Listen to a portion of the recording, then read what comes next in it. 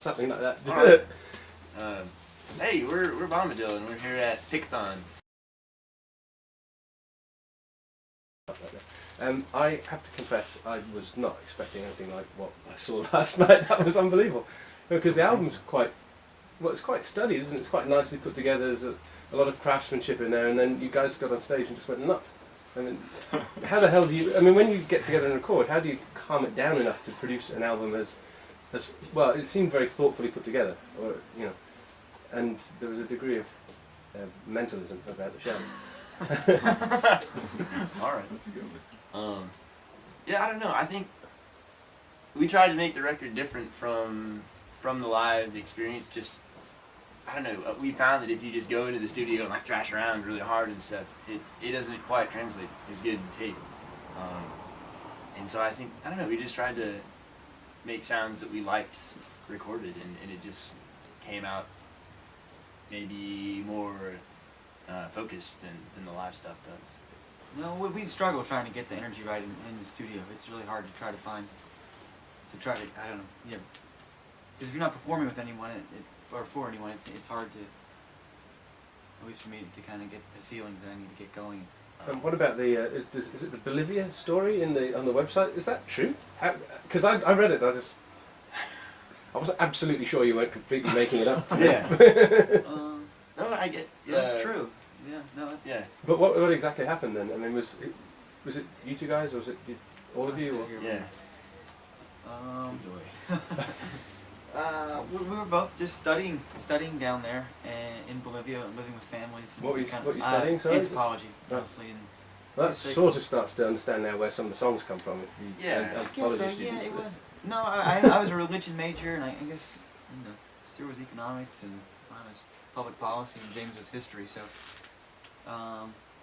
but we only had classes a few days a week, so we had a lot of like off time. And so a lot of the time we spent traveling, but a lot of it was spent learning to play Bolivian or Andean instruments, which is the zampoña, those panpipes, and the charango, which is like a 10-string instrument similar to the mandolin.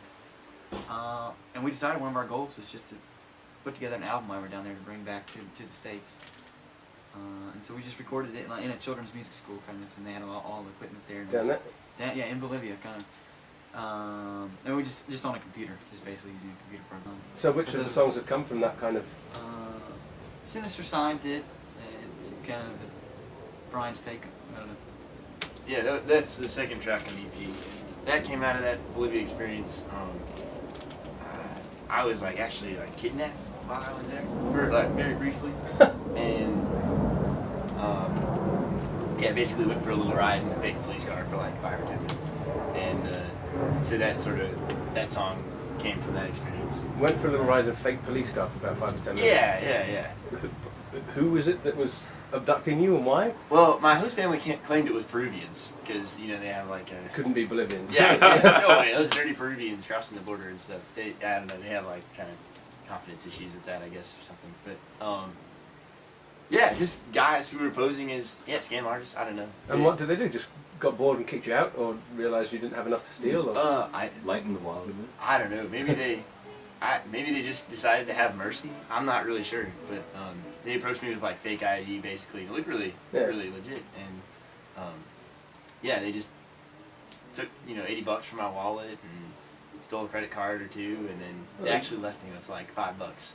I guess. To get back into town? I guess so, yeah. And make a phone call? Yeah, or something. At least they left you for your internal organs. You did quite well. Yeah, But take a trip out west, see the Mississippi, go down to Tennessee or the Big Easy. Drove out from the East Coast with my hometown boy, put in on the southern shores of Illinois. Don't make so hard, man, life in here. Don't take so hard, man, it'll see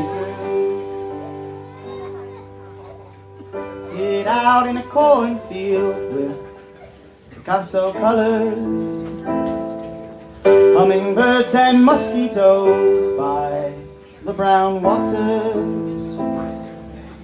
Walk through the darkest cave hoping for Mark Twain. Didn't find that riverman, but it sure did rain. Don't hate the hard thing, life and you. Don't hate the hard thing, it'll see you through. I mean, Well, you you've two seen shows. definitely look like you were about to. You came within inches of knocking each other out on various Oh, songs. It's happened before. Yeah. We've come a cropper a couple of times. Yeah, sometimes we've gotten hurt many times. Yeah. My first show with the band, actually, we were playing Rosetta Stone, I think, the first time. Daniel came rocking back at me, I think, to count in an intro or something, but and tripped on a chord and just took out half my drum set. You know, we finished the song though, sort of. But fix it all up. Yeah, new drum part.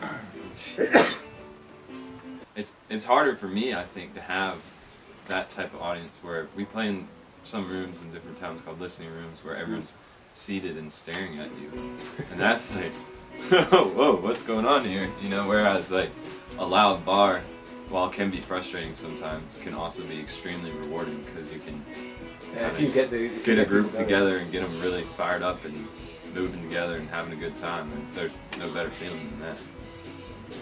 Have you guys played up in the forest? Uh-huh. Yeah, because apparently you played kind of unplugged set because it was raining Right. and it might have been dangerous.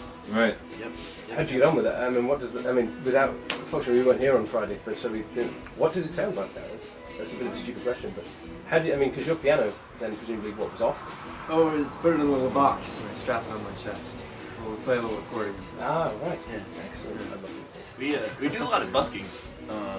Just going out in the street and playing for whoever listens. Like we like to play all the schools around our town, just spread the word. And so I don't know, we're kind of used to that environment. So what's the setup then? The accordion? Charango, acoustic guitar, and Well, yeah, the 10-string. that's right. Yeah. James has a neat setup with the drums. I use a floor tom and a snare drum.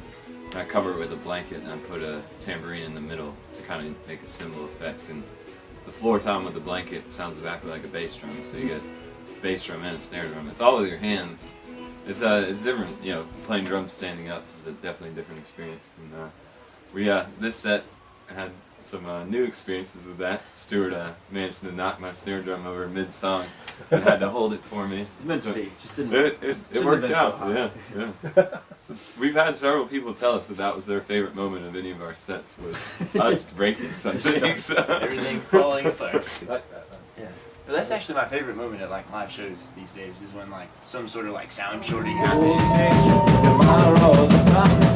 Stone. Run interpreter.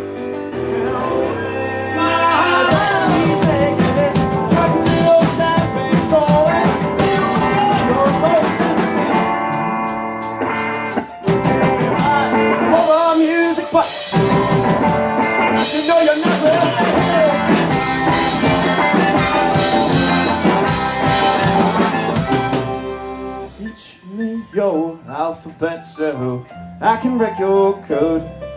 I swear you're from the golden age. Tomorrow's the time. Teach me your